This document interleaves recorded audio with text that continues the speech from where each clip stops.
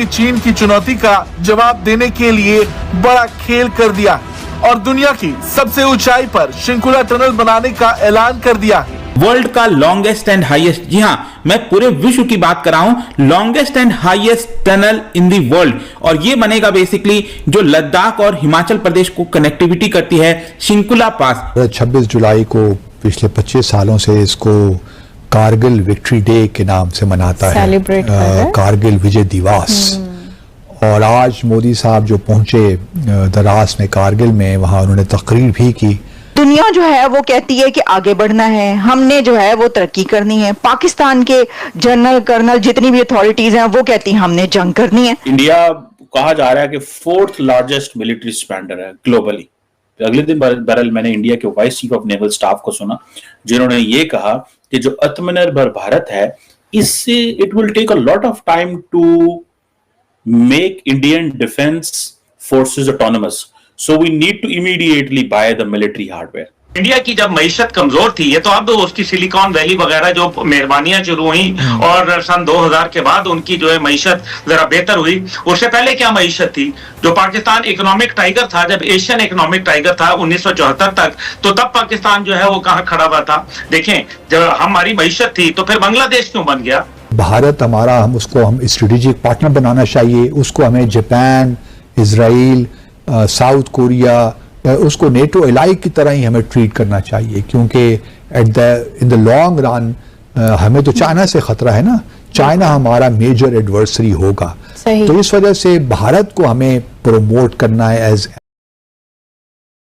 जी हां, मैं पूरे विश्व की बात कर रहा हूं, longest and highest tunnel in the world. और ये बनेगा बेसिकली जो लद्दाख और हिमाचल प्रदेश को कनेक्टिविटी करती है, शिंकुला पास। ये आप देख सकते हो, world's highest tunnel in India will connect Himachal and Ladakh. इसको डिटेल से समझेंगे, एग्जैक्टली मैं आपको मैप में दिखाऊंगा कहां पर बन रहा है, क्यों बन रहा है। जैसा मैंने बताया, वर्ल्ड का longest highway tunnel beneath 16,580 feet high Shinkula pass. तो पहले मैं आपको मैप में समझाने की कोशिश करता हूं। जैसा कि आपको याद होगा कि यहां पर 2 यूनियन टेरिटरी में डिवाइड हो गया था, लद्दाख है और यह है जम्मू कश्मीर। तो यहां पर जो हम बात कर रहे हैं वो है ऊपर लद्दाख और नीचे हिमाचल प्रदेश। यहां पर अगर आप ये देखोगे ना, जो रेड लाइन कनेक्ट हो रही है, तो इसका जो बॉर्डर है, लद्दाख और हिमाचल प्रदेश का बॉर्डर है, यहीं पर आपको देखने को मिलेगा शिंकुला पास। शिंकुला पास देखने को मिलता है, जिसकी हाइट करीब 16,580 फीट है। तो इतने ज्यादा हाइट पर लॉन्गेस्ट टनल बनाना अपने आप में बहुत बड़ा चैलेंज है। और इसीलिए कहा जा रहा है, यहां पर आप देख पाओगे जो ब्रो के चीफ हैं लेफ्टिनेंट जनरल राजीव चौधरी, उनके द्वारा इसके बारे में अनाउंस किया गया और यह कहा गया कि हिमाचल प्रदेश में जो लाहौल है, लाहौल स्पीति आपने सुना होगा, उसको कनेक्ट करेगा जो जास्कर वैली है, क्योंकि ये जो रोड जाती है ना, जब ये कनेक्ट होता है ऊपर, तो वहां पर जास्कर वैली आ जाती है। तो जास्कर वैली जो है उसको ये कनेक्ट करेगा। मोदी साहब ने रुख कर लिया कारगिल की जानिब और अपनी रिवायत नहीं छोड़ी, जो चीज मुझे बड़ा इंटरेस्टिंग लगती है उनमें। रिवायतें तो खैर छोड़नी भी नहीं चाहिए, रिवायतें तो अच्छी होती हैं। जिस तरह दाग अच्छे होते हैं, इस तरह रिवायतें भी अच्छी होती हैं। दाग धब्बे क्या कहते हैं वो, एक दाग तो अच्छे होते हैं। दाग तो अच्छे होते हैं। अच्छा, जहां तक देखिए कारगिल का ताल्लुक है, उसको भी लेकर, क्योंकि भारत 26 जुलाई को पिछले 25 सालों से इसको कारगिल विक्ट्री डे के नाम से मनाता है, कारगिल विजय दिवस। और आज मोदी साहब जो पहुंचे द्रास में, कारगिल में, वहां उन्होंने तकरीर भी की और अपनी तकरीर में उन्होंने वही जो उनका एक ट्राइट और हैकनीड किस्म का वो मंत्रा है दहशतगर्दी से मुताल्लिक, वो दोहराया। उन्होंने कहा जी, पाकिस्तान ने जब भी कोई हमसे टक्कर लेने की कोशिश की तो पाकिस्तान ने हमेशा मार ही खाई, हमसे नुकसान ही उठाया। और दूसरी बात उन्होंने ये कही कि पाकिस्तान कभी अपनी तारीख से सीखा नहीं है और पाकिस्तान वही दहशतगर्दी यहाँ करवा रहा है, सो ऑन सो फॉर्थ, जो घिसे पिटा उनका एक नैरेटिव है। बिल्कुल।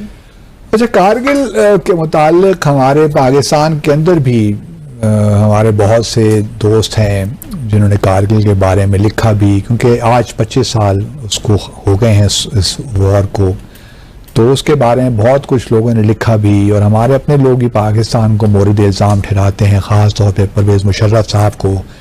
उनका कहना यही है कि ये इल टाइम्ड और इल एडवाइज्ड किस्म की एक मूव थी।